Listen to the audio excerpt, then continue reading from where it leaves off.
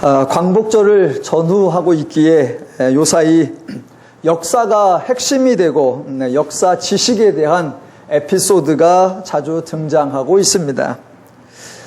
서너 달 전에 어떤 여자 연예인이 역사 인물을 알아맞히지 못했다고 엄청난 비난을 받았고, 며칠 전에는 광복절에 일본 우길기가 나오는 사진을 개인 SNS에 게재했다가 또 다른 연예인이 한바탕 홍역을 치르기도 했습니다. 반면에 대통령은 공개적인 자리에서 역사적 사실을 잘못 말했는데도 아무 일도 없었다는 듯 지나갔습니다. 요즘 연예인이 치러야 할 유명세는 대통령보다 더 무거운 것 같습니다.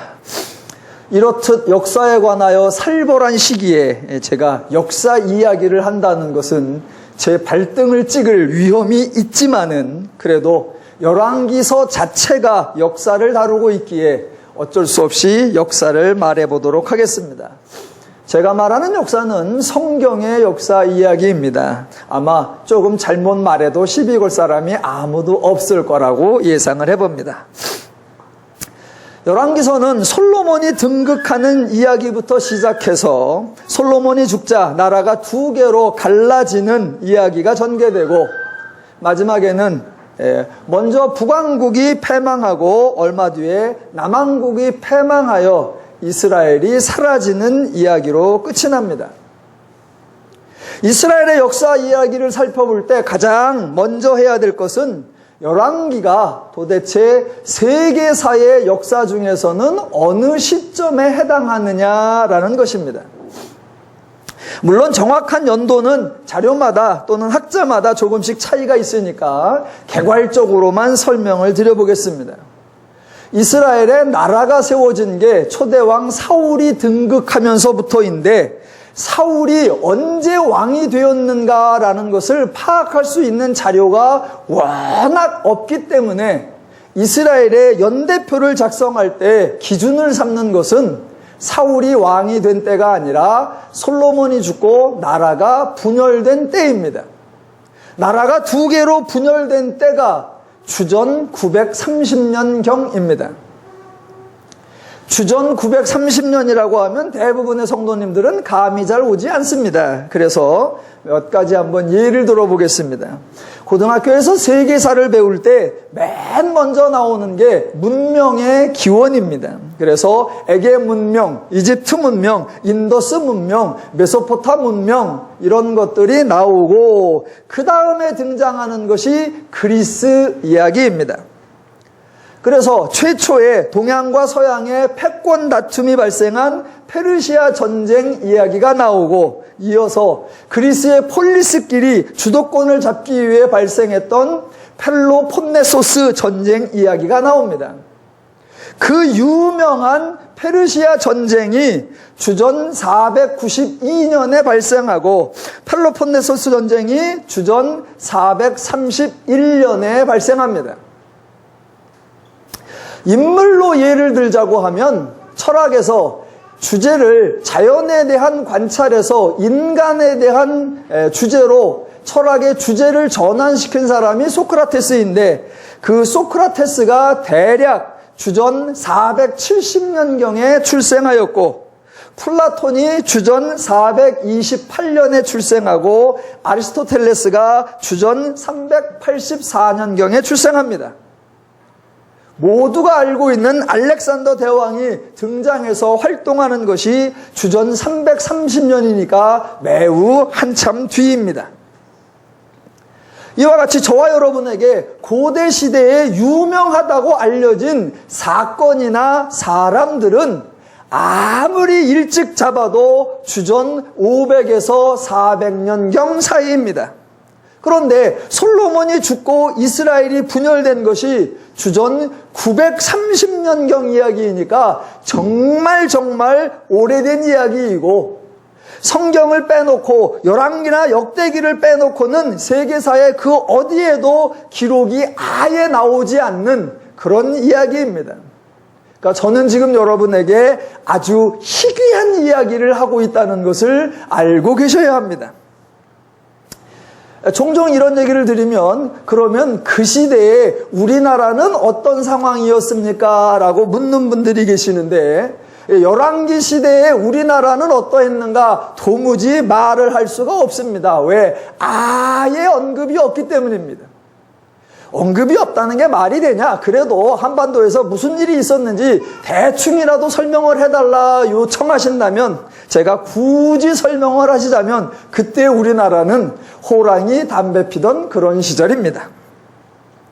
자, 열왕기는 여러 번 설명드린 대로 남왕국 유대와 북왕국 이스라엘 두 나라의 왕조사를 섞어놓은 아주 귀한 기록입니다. 두 나라 이야기가 섞어 놓았다고 해서 두 나라 왕들의 분량을 적절하게 분배했느냐? 그렇지 않습니다. 거의 일방적으로 북왕국 왕들에 집중하다가 북왕국이 패망하여 어차피 남왕국만 남게 되었을 때에야 겨우 남왕국의 이야기를 다루고 있는 정도입니다. 그럴 바에야 왜 굳이 남과 북을 섞어 놓았는지 조금 궁금하기는 합니다. 열왕기에서 통일왕국 즉 솔로몬이 다스리는 이야기가 열왕기상 1장부터 11장까지 등장하고 나라가 두 개로 분열되는 이야기가 열왕기상 12장부터 시작입니다.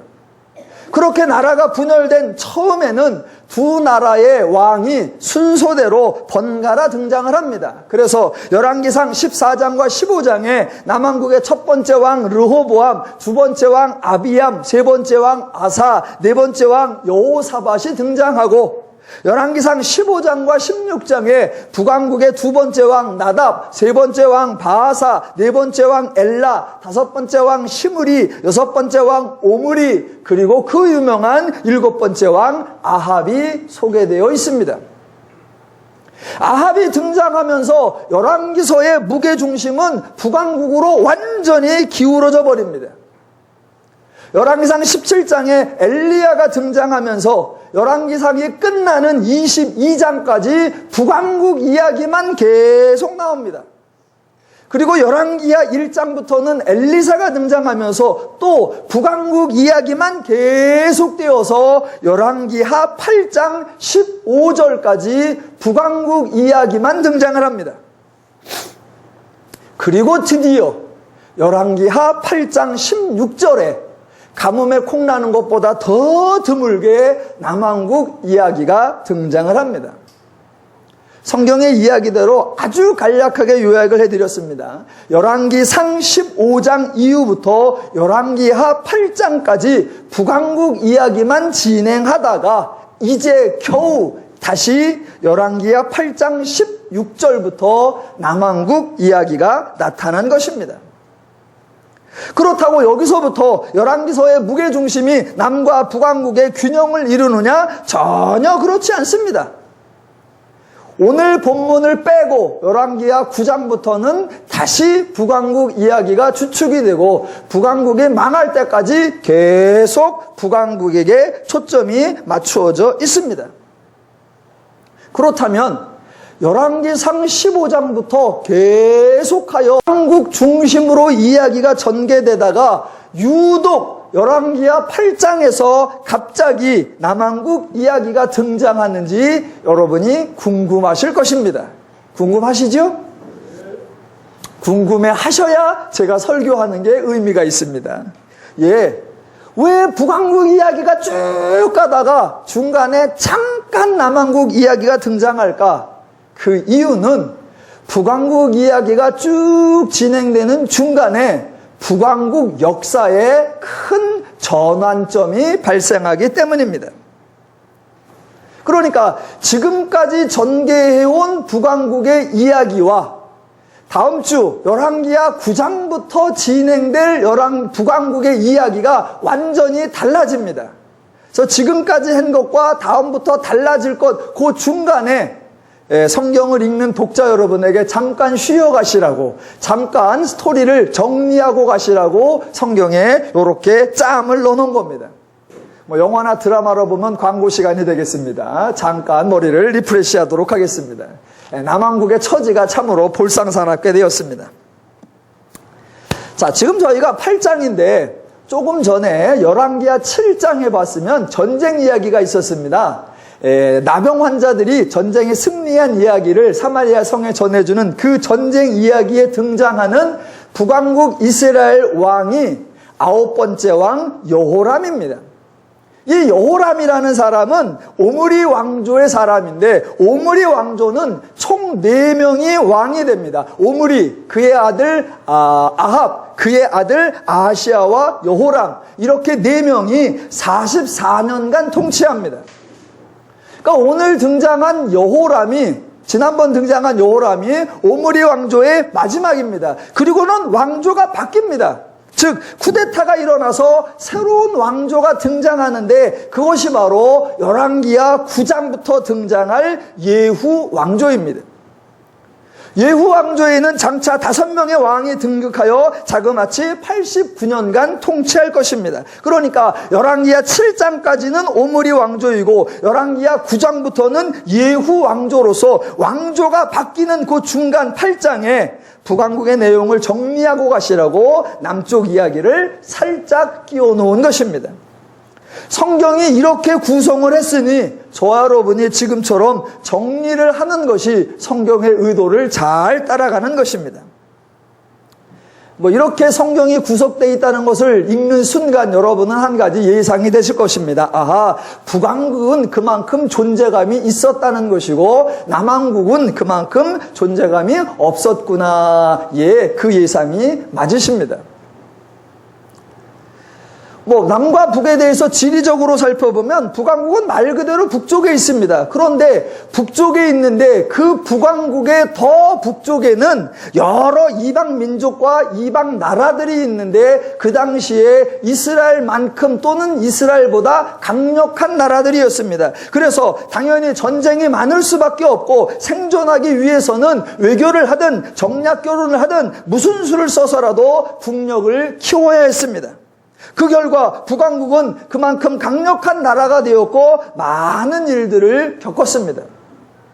반면에 남왕국은 남쪽에 있고 그 남왕국 아래에는 전통적 강호 애굽이 있었는데, 이 시대에는 애굽이 그렇게 강하지 못했습니다. 겨우 명맥만 유지하고 있었기에 별로 위협이 되지 않았습니다.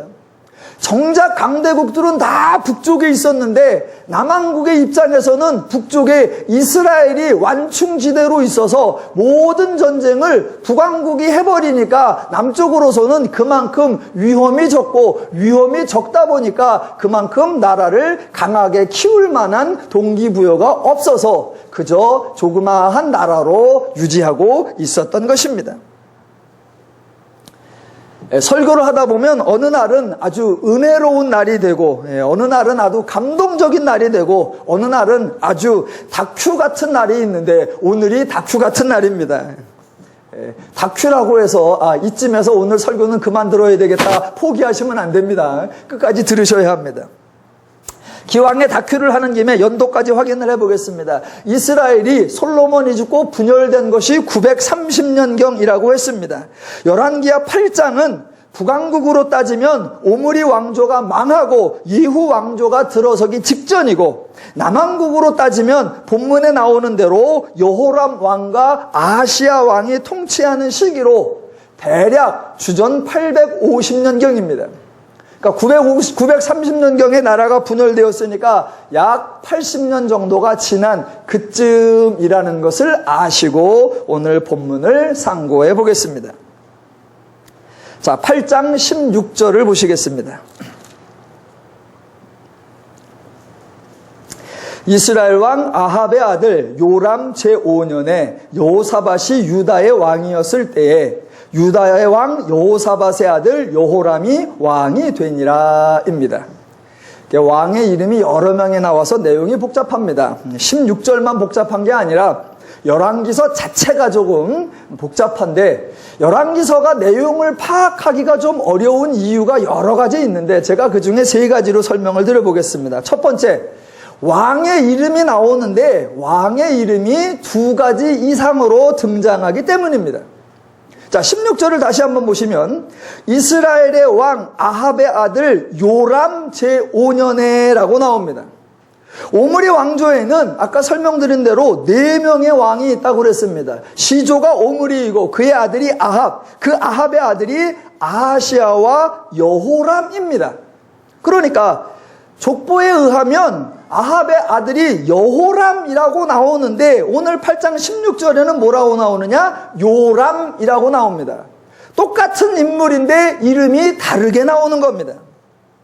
이름 또는 명칭에 대해서는 성경이 사람을 아주 혼동하게 만듭니다. 성경에 이름이 바뀌는 경우가 종종 있기는 합니다. 아브람, 그 사람이 아브라함으로 이름이 바뀌고 야곱이 이스라엘로 이름이 바뀌기도 합니다. 그거는 그 사람의 이름이 완전히 다른 이름으로 바뀌는 경우입니다. 그런데 본문에 나오는 여호람의 경우는 이름이 바뀐 것이 아니라 그냥 다른 이름이 2개가 나오는 것입니다. 한 군데서는 요람이라고 부르고 다른 곳에서는 여호람이라고 그러고, 그러니까 똑같은 사람을 장소에 따라 서로 다르게 불러버립니다. 성경에 이런 예가 참 많이 있습니다. 이스라엘이 애굽에서 나와서 시내산에 도착을 했는데 저와 여러분이 일반적으로 시내산이라고 알려져 있는데 신명기에 가보면 호렙산이라고 나옵니다. 또 모세가 애굽에서 도망하여 광야에 가서 장가를 갔는데 그때 장인 이름이 한쪽에서는 이드로라고 나오고 다른 곳에서는 르웰이라고도 나옵니다. 이런 경우가 많으니까 성경을 읽으실 때에는 자주 읽으셔야 되고 이 사람이 누구인지를 잘 파악하면서 읽으셔야 합니다. 지금 요람, 즉 여호람의 경우는 동일 인물인데 2가지 이름으로 소개되고 있습니다.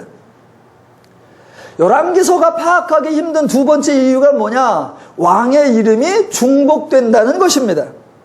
아까는 한 사람의 이름이 2가지로 나왔는데 이번에는 사람이 다른데 이름이 똑같은 경우입니다. 자, 8장 25절을 보겠습니다. 이스라엘의 왕 아합의 아들 요람, 이 요람이 여호람입니다. 요람 제12년에 유다 왕 여호람의 아들 아하시아가 왕이 되니입니다. 자, 조금 전에 앞에서 16절에 나오는 아합의 아들 요람이 다른 곳에서는 여호람으로 등장한다고 말씀을 드렸습니다. 북왕국 아합의 아들의 이름이 여호람인데 25절을 보니까 남왕국 왕의 이름이 또 여호람입니다. 북쪽에도 왕이 있고 남쪽에도 왕이 있는데 북과 남의 왕의 이름이 똑같이 여호람입니다. 사람이 다른데 이름이 같습니다. 한술 더 떠서 같은 이름을 가진 사람이 통치한 시기가 다르면 그래도 구분하기가 쉬운데 이 2 여호람 왕이 각각 북쪽과 남쪽에서 통치하는 시기가 거의 비슷합니다. 조금 예를 들어드리면 남왕국의 여호람 왕은 주전 854년에서 841년까지 다스리고 북왕국 여호람 왕은 주전 852년부터 841년까지 다스립니다. 그러니까 거의 같은 시기에 남과 북에 같은 이름을 가진 다른 2 사람이 통치하고 있습니다.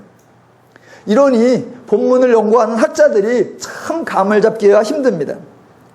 한술 더 떠서 북왕국도 여호람 왕이 다스리고 있고 남왕국도 여호람 왕을 다스리고 있는데 이 여호람과 관계된 인물이 하나가 있는데 누구냐? 아하시아입니다.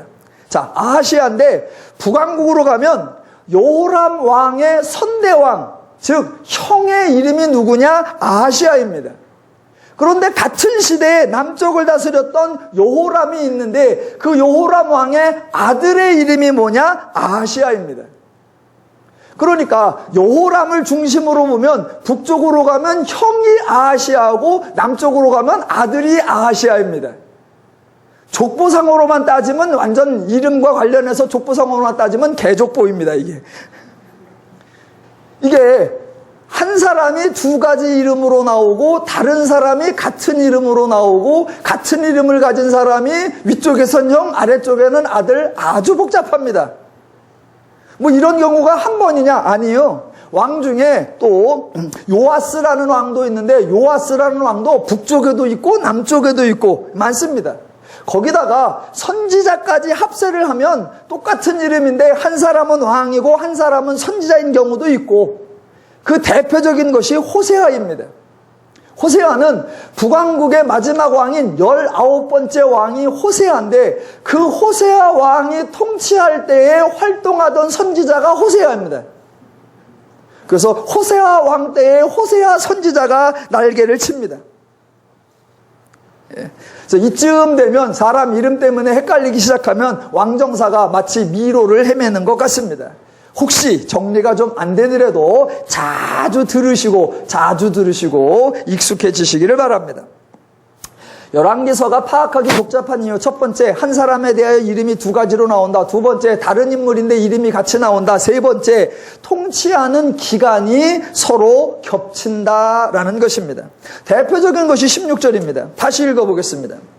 이스라엘 왕 아합의 아들 요람 제5년에 여호사밧이 유다의 왕이었을 때에 유다의 왕 여호사밧의 아들 여호람이 왕이 되니라 입니다. 여호사밧이 왕인데 여호람이 왕이 되었다고 합니다. 아니, 새로운 왕이 되었으면 선대왕이 물러나야 하는데 그것이 아니라 왕은 왕대로 있고 그 아들이 또 왕이 되었습니다. 왕이 둘입니다. 알고 계시듯이 이런 것을 선대왕이 섭정한다라고 합니다. 지금 이스라엘의 왕정시대가 주전 900년대쯤이기에 매우 오래되었고 그것도 열왕기서 이외에는 참고할 자료가 거의 없기 때문에 왕정사는 이름과 연도가 혼란스럽게 되어 있어서 정확한 연도를 파악하는 게 조금 불가능하기는 합니다. 그래서 학자들 사이에서도 짧게는 몇 년, 길게는 수십 년씩 차이가 있다는 것을 감안하셔야 합니다. 제가 정확한 연도를 모르는 게 아니라 사실이 그렇다는 걸 동의해 주셔야 합니다. 자, 17절을 보겠습니다. 여호람이 왕이 될 때 나이가 32세라 예루살렘에서 8년 동안 통치하니라 이고요. 26절을 보시면 아시아가 왕이 될 때 나이가 22세라 예루살렘에서 1년을 통치하니라 라고 나옵니다. 어차피 오늘 역사 다큐를 하는 김에 왕조실록 야사를 몇 가지 좀 말씀을 드려보겠습니다. 그냥 재미있으라고 한두 개 말씀드려볼게요. 남과 북이 분열되고 두 나라의 왕이 총 39명이 등장합니다. 그런데 39명 왕 중에 가장 나이가 어려서 왕이 된 사람은 남왕국의 8번째 왕 요아스로 겨우 7살 때의 왕이 되었고 그 다음이 남왕국의 16번째 왕 요시야로 8살 때의 왕이 되었습니다. 그렇다면 반대로 가장 나이가 들어서 왕이 된 사람은 누구냐? 남왕국의 첫 번째 왕 솔로몬의 아들 르호보암으로서 41세의 왕이 되었습니다. 또 왕이 되고 나서 왕위에 가장 짧은 기간 동안 통치했던 왕이 누구냐? 북왕국의 6번째 왕 시므리라는 사람입니다. 이 시므리는 본인이 쿠데타를 일으켜서 왕이 되었는데 왕을 된 지 불과 7일 만에 다른 쿠데타에 의해서 죽임을 당하고 말았습니다. 그래서 이 시므리의 통치 기간이 불과 7일입니다. 우리나라에도 갑신년에 1884년에 정변을 일으켜서 3일 만에 정변이 무너져서 흔히 말하는 3일천하라고들 합니다. 거기에 비하면 시므리는 자그마치 7일이니까 2배가 넘는 엄청난 기간 동안 통치를 한 것 같습니다. 자, 가장 짧게 통치한 사람이 시므리로서 7일이고 반대로 왕조사에서 가장 오랜 기간 통치한 사람은 남왕국의 14번째 왕 히스기야의 아들이요 남과 북을 통틀어서 가장 극악환왕으로 알려진 므낫세 왕으로서 자그마치 55년을 통치했습니다.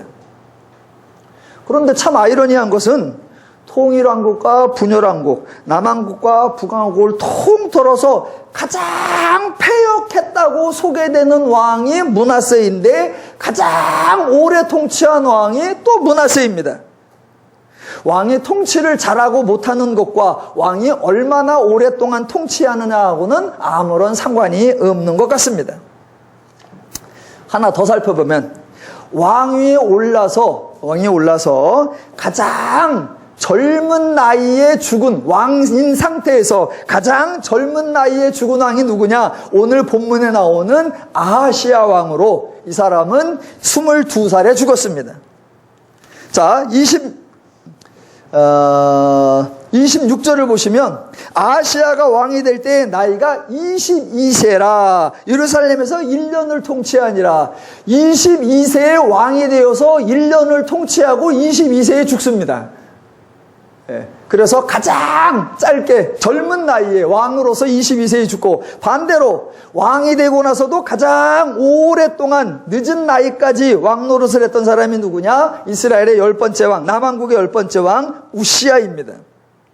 우리나라 왕들도 대체로 단명을 했죠. 어느 나라 왕들도 다 마찬가지인 것 같습니다. 호의호식하기는 하는데, 운동 부족, 호의호식하기는 하는데 스트레스가 많아서 그런지 오래 살지 못하는데, 이 우시야 왕이 왕으로서 가장 늦은 나이까지 살았는데 죽을 때 나이가 68세였다고 합니다. 자, 왕들에 관한 기록에서 조금 재미있는 거 하나가 더 있는데요. 왕들이 나오면 늘 따라 나오는 것이 부인에 대한 이야기겠죠.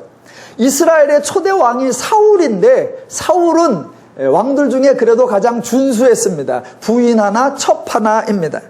부인은 아히마아스의 딸 아히노압이고, 첩은 아야의 딸 리스바였다고 하고요. 다윗의 경우에는 이름이 밝혀진 부인만 8명이고 첩들에 대해서는 이름과 숫자를 밝히지 않고 그냥 첩들이 많더라라고만 기록을 해놓았고, 솔로몬의 경우에는 누가 부인이고 누가 후궁이고 누가 첩인지를 헤아릴 수가 없습니다. 그래서 부인의 숫자나 이름은 아예 언급이 없고 그저 후궁이 700명이요 첩이 300명이라고만 나옵니다. 그런데 여기서 재미있는 거는요, 왕들에 관한 기록에서 사울과 다윗과 솔로몬의 경우에는 부인의 이야기를 많이 다루었습니다. 심지어 다윗의 경우에는 남의 부인을 빼앗는 장면까지 상세하게 소개되었습니다. 그런데 나라가 분열되고 난 후 남과 북을 통틀어 39명의 왕이 등장할 때에는 부인에 대해서 거의 언급하지 않습니다. 물론 이름이 나오기는 합니다. 그런데 왕의 부인으로 소개되는 것이 아니라 그 왕을 이어서 아들이 왕으로 등장할 때 그 아들의 어머니로서 왕의 부인이 소개될 때가 많이 나옵니다.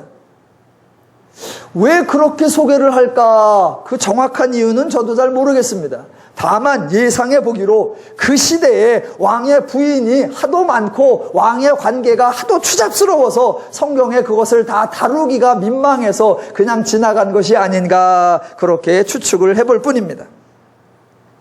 자, 왕조사 다큐 중에 하나만 더 해보겠습니다. 오늘 열왕기하 8장 16절부터 남왕국의 5번째 왕인 여호람의 이야기가 진행이 되는데요. 자, 18절을 한번 보시겠습니다. 그가 이스라엘의 왕들의 길을 가서 아합의 집과 같이 하였으니 이는 아합의 딸이 그의 아내가 되었음이라입니다. 남왕국 여호람 왕의 부인이 누구냐? 북왕국 아합 왕의 딸입니다. 그 딸의 이름이 어디 나오느냐? 26절에 나옵니다. 26절로 가보시면 남왕국의 6번째 왕 아하시야의 이야기가 등장하는데, 26절, 아하시야가 왕이 될 때 나이가 22세라. 예루살렘에서 1년을 통치하니라. 그의 어머니의 이름은 아달랴라. 이스라엘 왕 오므리의 손녀이더라입니다. 지금 족보를 잘 파악하셔야 합니다. 지금 16절에서는 여호람 왕의 부인이 소개되었고 26절에서는 여호람 왕의 아들인 아하시야의 어머니가 소개되었습니다.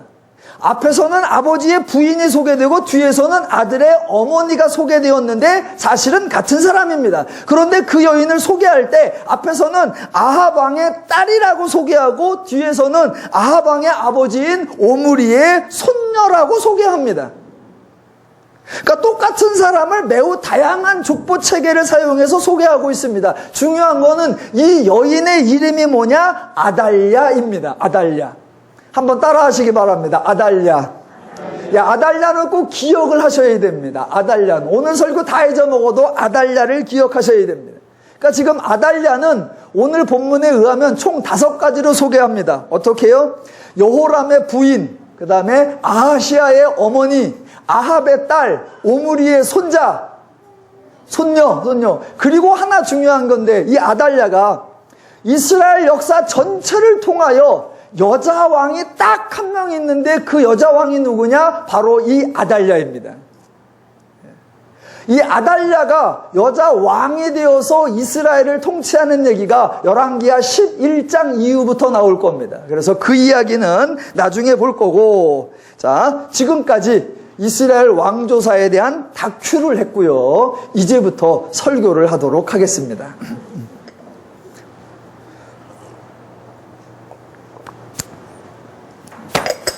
다큐에 관심 없어서 주무시던 분들은 이제 깨시면 됩니다.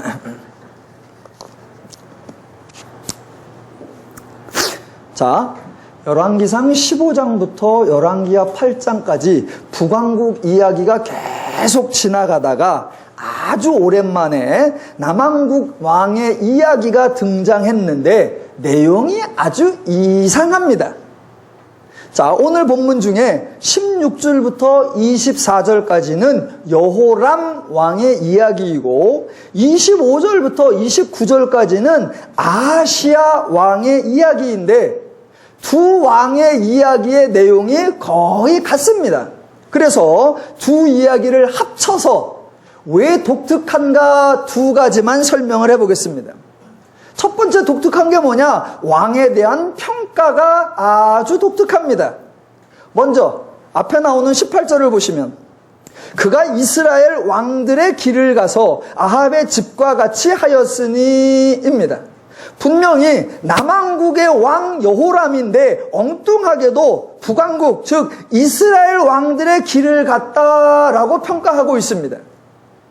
27절을 보시면 아하시아가 아합의 집길로 행하여 아합의 집과 같이 여호와 보시기에 악을 행하였으니입니다. 이번에도 분명히 남왕국의 왕인데 아까보다 더 구체적으로 북왕국 이스라엘의 왕 아합의 이름을 직접 거명하고 있습니다.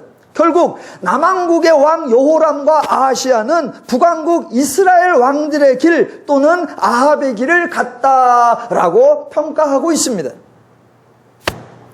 여러분, 지금 이게 매우 이상한 평가입니다. 원래 왕들 중에 악한 왕의 대표가 누구냐? 바로 북왕국의 초대왕 여로보암이었습니다. 나라가 나누어지자 북쪽에 금송아지 2개를 만들어서 단과 베델에 두고 이는 너희를 애굽 땅에서 인도하여낸 너희의 신이라 라고 말했던 그 왕이 여로보암입니다. 그래서 북쪽에서 왕이 불신앙이나 패역한 모습을 보이기만 하면 여로보암의 길로 행하여 그가 이스라엘에게 범하게 한 죄 중에 행하였다라고 평가를 했습니다. 그래서 북왕국의 왕들을 평가하는 기준은 언제나 여로보암이었습니다. 그렇다면 남왕국의 왕들을 평가할 때 기준은 누구냐? 언제나 다윗이었습니다. 남왕국의 왕이 잘했으면 다윗같이 했다고 하고 왕이 잘못했으면 다윗과는 달랐다라고 말해왔었습니다. 구체적으로 예를 들면 잘 못한 경우 열왕기상 15장 3절에 이렇게 나옵니다. 아비암이 그의 아버지가 이미 행한 모든 죄를 행하고 그의 마음이 그의 조상 다윗의 마음과 같지 아니하여 그의 하나님 여호와 앞에 온전하지 못하였으니 라고 나오고, 잘한 왕일 경우 열왕기하 22장 2절에 요시야가 여호와 보시기에 정직히 행하여 그의 다윗의 모든 길로 행하고 좌우로 치우치지 아니하였더라 이렇게 나왔었습니다. 그런데 오늘 열왕기하 8장에서 남왕국의 왕 여호람과 아하시아를 평가하는데 뭐라고 나오느냐? 이스라엘의 왕들의 길로 갔다 또는 아합의 집의 길로 갔다라고 합니다. 이스라엘의 왕들의 길로 갔다, 아합의 집의 길로 갔다라는 표현은 성경 전체를 통해서 딱 여기 한 번밖에 안 나옵니다. 그러니까 아주 희한한, 아주 이상한 평가입니다. 그러면 왜 이 두 왕은 이렇게 독특한 평가를 했을까? 그 이유가 나옵니다. 그 이유가 뭐냐? 18절 중간. 자, 본문 잘 따라오십시오. 18절 중간에 뭐라고 나오냐면 이는 아합의 딸이 그의 아내가 되었음이라 이고요. 27절 중간에 보면 또 뭐라고 나오냐면 그는 아합의 집에 사위가 되었습니다 라고 나옵니다. 그러니까 지금 남왕국의 여호람과 아하시아 두 왕은 모두 한 여인과 연결되어 있다고 했습니다. 여호람의 경우는 부인과 연결되어 있고 아하시아의 경우는 어머니와 연결되어 있고 그 여인이 아합의 따므리요 오므리의 손녀인 아달랴이었습니다. 지금 이 아달랴가 아합 왕의 딸 오므리의 손녀입니다. 그러니까 설명을 해보면 북왕국에서 달랑 여자 하나가 남왕국의 왕족으로 시집을 왔습니다. 물론 여러 시종들이 따라오기는 했겠지만 핵심은 아합 왕의 딸 아달랴라는 여자 한 명입니다. 그런데 그 여자 한 명이 옴으로 인해서 남왕국은 완전히 쑥대밭이 되어버립니다. 본문의 표현대로 하면 여호람 왕은 부인 아달랴의 영향을 받아서 남쪽 왕인데도 불구하고 이스라엘의 왕들의 길로 갔고, 아하시아 왕은 어머니 아달랴의 영향을 받아서 남쪽 왕인데도 불구하고 아합의 길로 갔다라고 말합니다. 북쪽에서 여인 하나가 남쪽으로 시집을 왔는데 남쪽의 영향을 받아서 여인이 변한 것이 아니라 정반대로 남편과 아들과 더 나아가 남왕국 전체가 북쪽에서 온 아달랴라고 하는 그 여인에게 완전히 동화되어서 나라 전체가 통째로 북왕국의 길을 따라가게 되었습니다. 그러니까 이 아달랴라고 하는 여인은 남편도 완전히 바꿔놓았고 아들도 완전히 바꿔놓았고 더 나아가 열왕기하 11장부터 보면 본인이 왕이 되어서 남왕국 전체를 완전히 바꿔버립니다. 11장에서 아달랴의 활약을 볼 건데 상상을 초월할 겁니다. 상상을 초월할 거예요. 자, 오늘 본문에 나타나는 여호람과 아하시아 왕의 사건 중에 특징 하나, 왕에 대한 평가가 독특하다라는 것이고, 두 번째 특징은 뭐냐면 모두 전쟁에서 패하거나 죽는다라는 겁니다. 자, 21절을 보겠습니다.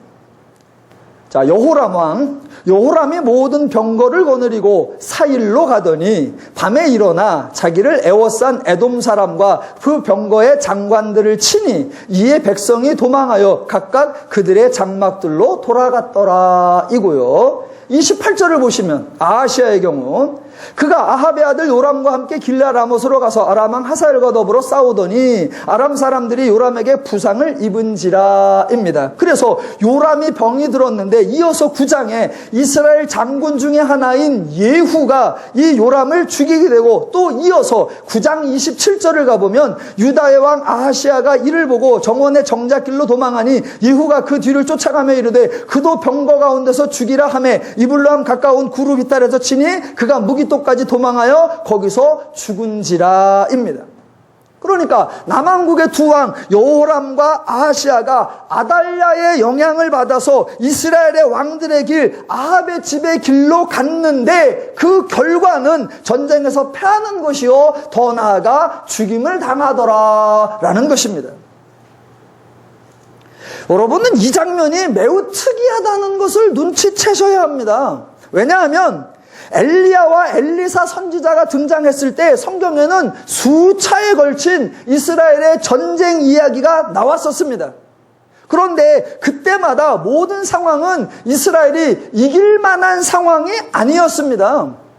심지어는 왕까지도 전쟁을 포기하고 그저 죽을 날만을 기다리고 있을 정도로 심각했었습니다. 그렇게 패배가 뻔히 보이는데도 불구하고 모든 전쟁에서 이스라엘은 승리했습니다. 한 번은 골짜기에 개천을 봐서 승리하고, 한 번은 적군들의 눈이 다 어두워서 포기하고, 한 번은 바람 소리가 들려서 적군들이 알아서 다 도망가게 승리하고, 도무지 이길 수 없는 상황에서 전쟁 같은 전쟁 한 번도 안 치루었는데도 불구하고 이스라엘은 계속해서 전쟁에 승리할 수 있었습니다. 이길만 해서 이긴 게 아니었고, 이스라엘의 왕들이 신실해서 이긴 게 아니었고, 백성들이 오직 여호와를 의지해서 믿음으로 승리한 것 아니었습니다. 이스라엘로서는 자기보다 훨씬 더 강력한 나라인 아람을 상대해서도 훨씬 불리한 조건에서도 이스라엘은 승리했었단 말입니다. 어떻게? 하나님이 도와주셨기 때문에. 그런데 지금 20절을 보면 남왕국에서 여호람이 에돔을 상대해서 전쟁을 합니다. 여러분, 에돔은 큰 나라가 아니었고 강대국도 아니었습니다. 그리고 오늘 22절에 보니까 심지어 에돔은 유다의 지배를 받고 있는 그런 상태였습니다. 그런 에돔이 배반을 합니다. 중요한 건 뭐냐? 그런 에돔이 언제 배반을 하느냐? 여호람 왕이 이스라엘의 길을 따라 갈 때입니다. 여호람 왕이 자기에게 조공을 바치던 그 에돔을 공격했다가 승리하는 것이 아니라 감당을 못해서 왕부터 백성까지 다 주랭랑을 칩니다. 언제는 이길만 해서 이겼나요? 더 강력한 군대에도 이겼었는데 지금 여호람은 자기에게 조공을 바치던 더 약한 나라한테도 패배해서 도망을 갑니다. 언제? 여호람 왕이 이스라엘의 왕들의 길을 따라 행할 때에. 그렇게 에돔이 배반을 하니까 그 옆엔 림나도 동시에 또 배반을 합니다. 그만큼 여호람이 다스리는 이스라엘이 우습게 보였던 겁니다. 그렇다면 여호람 왕과 아하시야 왕은 왜 이스라엘의 왕들의 길을 가고 여호람 왕과 아하시야 왕은 왜 아합의 길로 갔을까? 제가 왕조사하면서 누차 말씀드렸듯이 남과 북이 분열되었을 때 강대국은 주로 북왕국이었고 그 북왕국 중에서도 강대국일 때가 언제였느냐? 바로 아합왕 시절이었습니다.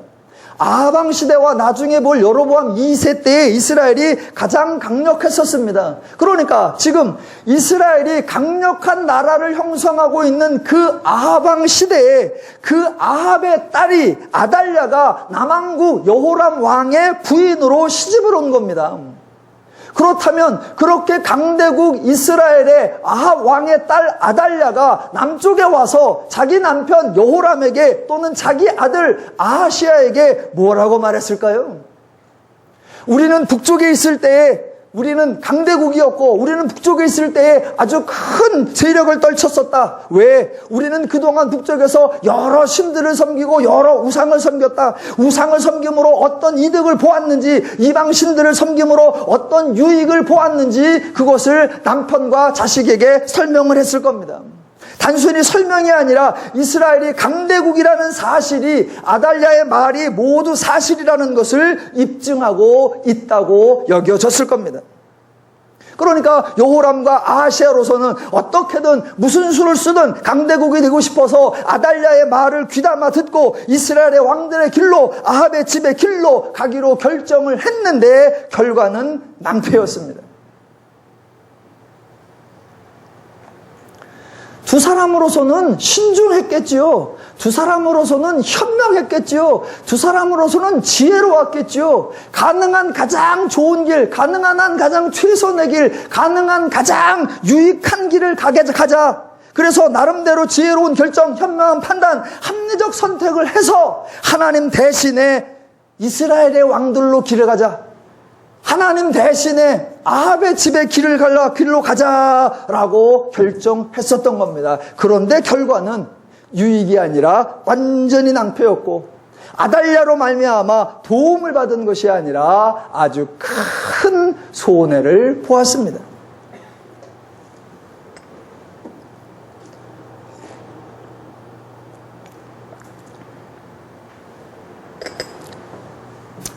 당시 여호람 왕이나 아하시야 왕이 국가의 표어를 뭐하라고 정했는지는 확인할 길이 없으니까 모르겠습니다. 한번 오늘날 예를 들어보겠습니다.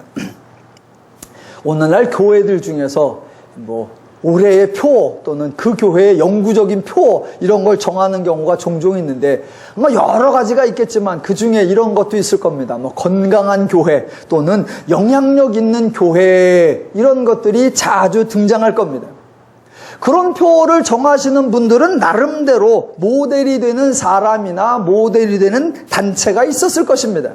그럼 여러분에게 한번 여쭤보겠습니다. 여러분, 성경 전체에서 창세기부터 계시록까지 성경 전체에서 가장 영향력이 있던 사람 그러면 누가 떠오르십니까? 성경 전체에서 가장 영향력이 있던 사람 그러면 누가 떠오르십니까? 만약 저에게 고르라고 하면 성경에서 가장 영향력 있던 사람을 한 사람 고르라고 하면 저는 당연코 아달랴입니다. 성경에서 한 사람의 이렇게 엄청난 결과를 만들어낸 사람으로는 아달랴를 따라올 사람이 없습니다. 아달랴는 남편도 완전히 녹여버렸고 아들도 완전히 녹여버렸고 남한국 전체를 완전히 초토화시켜버린 영향력 울트라 캡슐 짱입니다. 울트라 캡슐 짱. 아달랴 엄청난 여자입니다. 아니 여자 말고 남자를 하나 골라주십시오 라고 한다면 영향력 있는 남자 단연코 여로보암입니다. 여로보암이 얼마나 영향력이 있었는지 북왕국의 왕들 나왔다 하면 여로보암의 길을 따라 여로보암의 길을 따라 여로보암의 길을 따라 말끝마다 여로보암입니다. 그래서 영향력 캡션장 남자 여로보암, 캡션장 여자 아달랴, 둘 중에 고르라고 하면 무조건 아달랴. 물론 둘 다 부정적인 측면, 둘 다 나쁜 측면에서 영향력입니다. 그렇다면 하나 더 질문 드려볼게요. 여러분, 아달랴가 나쁜 측면에 영향력을 발휘했다라고 하면 성경에 좋은 측면에 영향력을 발휘를 한 사람이 있을까요? 성경에 아달랴만큼이나 또는 아달랴만큼은 아닐지라도 그에 필적할 만한 좋은 영향력을 끼친 사례가 있을까요? 정답은 없습니다. 없습니다. 성경에서 결론으로 갑니다. 성경에서 하나님은 죄인들을 향하여 참으로 많은 일들을 참으로 오랜 기간에 걸쳐서 행하셨습니다. 그런데 하나님이 행하신 일의 영향력도 한 세대를 넘어가지 못합니다. 하나님의 무조건적인 은혜, 하나님의 일방적인 자비, 하나님의 엄청난 축복으로 갖은 노력을 다 하셨지만 그 당사자를 설득시키는 것 그것에 불과했습니다. 다음 세대를 위해서 하나님은 앞세대에 했으니까 좋은 영향력을 끼쳐서 뒷세대는 저절로 좋은 믿음을 이어지겠지 그런 예상 전무했습니다. 다음 세대를 위해서는 하나님은 앞세대에 했던 것과 똑같은 엄청난 수고와 헌신을 다시 진행하셔야 했습니다. 신앙은 상속이 되지 않았고 믿음은 유전이 되지 않았으며 하나님을 아는 것이 이어지지 않았고 아버지의 영향력이나 조상의 영향력은 아무런 효과가 없었습니다. 몇 가지 예를 들어볼게요. 노아 시대에 홍수가 일어났습니다. 그래서 모든 패역한 죄인들이 다 죽고 유일하게 노아의 가족만 살아남았습니다. 그렇다면 홍수가 끝난 후에 노아의 가족에서부터 새로운 인류 역사가 시작되었으니 아름다운 신앙의 문명이 세워질 수 있었을 것으로 예상이 가능합니다. 그러나 결코 그러지 못했습니다. 노아와 가족들은 악인들이 워낙 많았기 때문에 그 가운데서 신앙을 지켜내지 못한 것이 아니라 자기들끼리도 신앙을 유지하지 못했던 것입니다. 노아의 가족이 실패했다면 그 다음부터는 아예 볼 것도 없이 뻔합니다. 아브라함이요? 아브라함이 믿음의 조상이라고 불리우고 아브라함과 그의 아들 이삭이 함께 모리아 산에서 번제 사건으로 연결되어 있음에도 불구하고 아브라함의 믿음이 이삭에게 전혀 영향력을 끼치지 못했습니다. 이삭은 아버지를 통해 하나님의 이야기를 들었을 것이고 자신이 직접 모리아 산의 현장에 있었음에도 불구하고 아버지가 행했던 믿음의 모습을 반복한 것이 아니라 아버지가 행했던 불신앙의 모습을 반복했을 뿐입니다. 아버지가 약속을 가졌음에도 불구하고 기근이 들자 애굽으로 갔던 것처럼 이삭이 약속을 받았음에도 불구하고 기근이 들자 애굽으로 갔고 아버지가 애굽으로 가면서 자기 부인이 뺏길 것 같으니까 부인을 누이라고 변명했던 것처럼 아들도 자기 부인을 뺏길까 봐 누이라고 변명하는 짓거리를 그대로 반복합니다. 그쪽에만 영향력이 있었을 뿐 신앙의 영향력, 믿음의 영향력, 선한 영향력 하나도 없습니다. 그래서 하나님께서는 아브라함을 변화시키기 위하여 수많은 은혜를 주셨던 것처럼 이삭은 마치 처음부터 다시 하는 것처럼 이삭에게 수많은 은혜와 수많은 계시를 진행하셔야 했습니다. 모세의 경우도 마찬가지입니다. 모세의 경우는 개인적이기보다는 세대의 모습을 보여줍니다. 모세를 포함한 출애굽 모든 1세대는 애굽에서 10가지 이적을 친히 보았고 당사자들이 홍해를 건넜고 당사자들이 광야에서 메추라기와 맨나를 먹었습니다. 게다가 하나님이 베풀어 주신 은혜에 맞추어 1년 내내를 절기를 통해 하나님을 기억할 수 있는 종교 시스템까지 갖추고 있었습니다. 그런데도 불구하고 믿음을 후세에게 전달하기는커녕 당사자들의 믿음조차 유지하지 못했습니다. 신앙의 영향력 제로, 믿음의 영향력 제로, 선한 영향력 제로입니다. 여러분, 성경은 죄에 대해서는 영향력이 있다는 사례들을 많이 보여줍니다. 죄는 누가 가르치지 않아도 저절로 전염이 되고 죄는 누가 가르치지 않아도 저절로 습득이 됩니다. 죄인은 그저 같이만 있어도 죄가 공유되며 그저 몇 마디만 해도 죄가 커집니다. 죄는 공모를 하지 않아도 돼요. 죄는 저절로 전달이 되고 죄는 저절로 엄청난 영향력을 갖습니다. 그런데 신앙은, 그런데 믿음은, 그런데 하나님을 아는 것은 전혀 전염이 되지 않고 인간의 수고와 인간의 노력에 의해서 전달이 되지도 않으며 인간의 의지와 인간의 각오에 의하여 영향력이 미치지도 않습니다. 그래서 성경에는 영향력이라는 단어 자체가 단 한 번도 등장을 하지 않습니다. 저와 여러분은 영향력 있는 사람이 되자, 영향력을 끼치자라는 말을 너무나 세상에서 자연스럽게 듣고 그것이 강조되기 때문에 그 동일한 개념을 신앙에도 믿음에도 교회에도 성경에도 가지고 와서 그런 사람이 되고 그런 역할을 하려고 합니다. 그러나 성경은 영향력이라는 단어라는 개념 자체를 아예 사용을 하지 않습니다. 여러분, 성경에 영향력이라는 단어가 없다라는 사실이 엄청나게 중요한 겁니다. 왜냐하면 그 말은 기독교의 주체는 하나님이요, 기독교의 책임자는 하나님이라는 사실을 강력하게 선언하고 있는 증거이기 때문에 그렇습니다.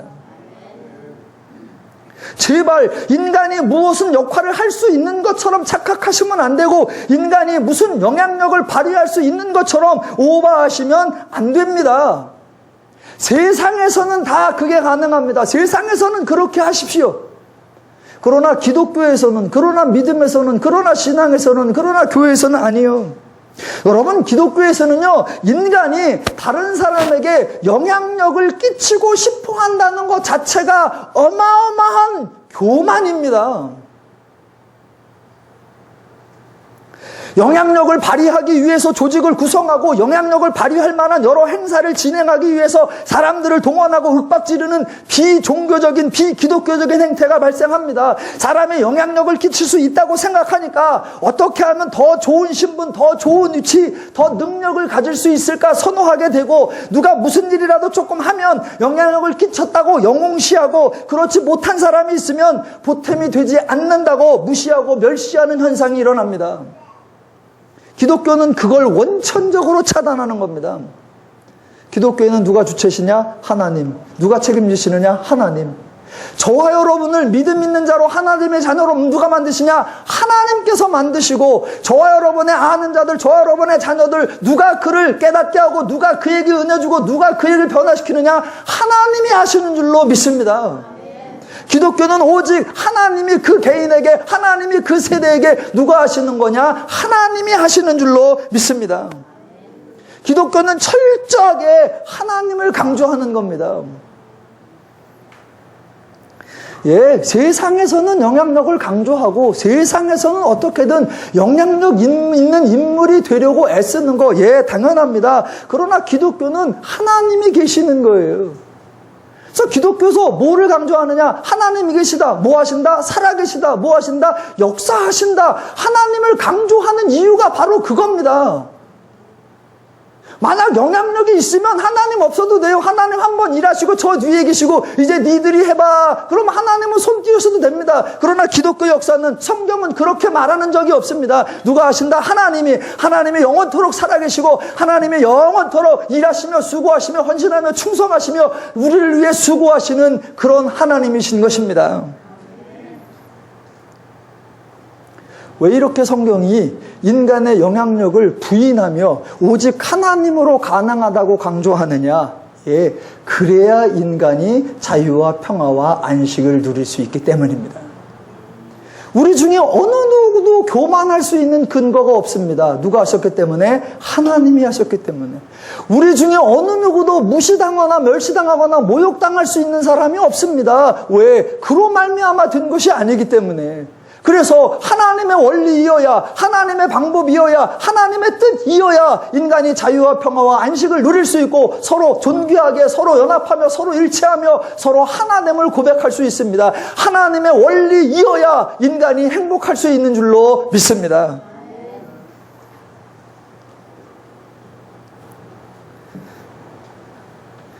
기독교가 그 하나님의 일하심을 부인합니다. 그 기독교가 하나님의 일하심을 의지하지 않습니다. 하나님을 앞에 내세우고 온갖 조직의 힘, 신분의 힘, 물질의 힘, 권위의 힘, 숫자의 힘, 물질의 힘, 그걸 가지고 영향력을 행사하려고 하고 그 영향력이 행사되면 그만큼 그 사람이 존귀함을 받고 그 영향력이 없는 사람은 그만큼 무시되고 도대체 왜 기독교를 하는지 모르겠습니다.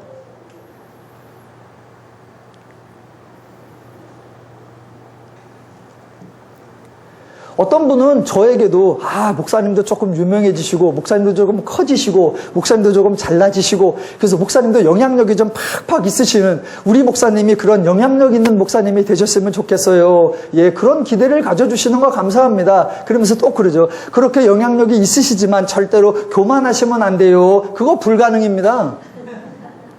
영향력이 있는데 어떻게 교만을 안 해요?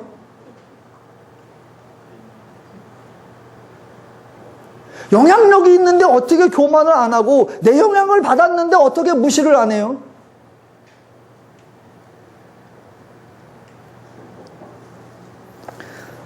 예, 성경은 죄에 대해서는 엄청난 영향력, 그건 정말로 가르치지 않아도 어쩌면 그렇게 속도가 빠르고 어쩌면 그렇게 광범위하고 어쩌면 그렇게 커질 수 있는지. 예.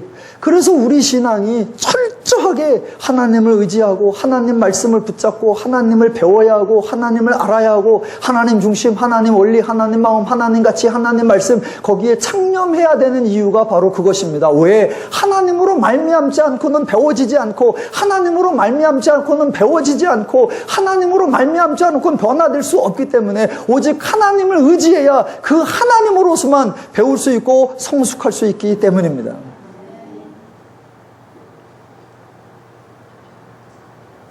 오직 하나님이 강조되고 하나님의 은혜를 누리는 삶만이 설명될 때에 모든 인간이 서로 자유와 연합과 안식을 유지할 수 있습니다. 하나님의 마음이어야 인간이 행복할 수 있습니다. 더누리교회 성도님들은 성경을 읽고 성경을 배우시고 하나님의 마음과 심정을 가지셔서 하나님의 은혜를 누리고 하나님의 나라를 구현해 가시기를 주님의 이름으로 축원합니다. 아멘.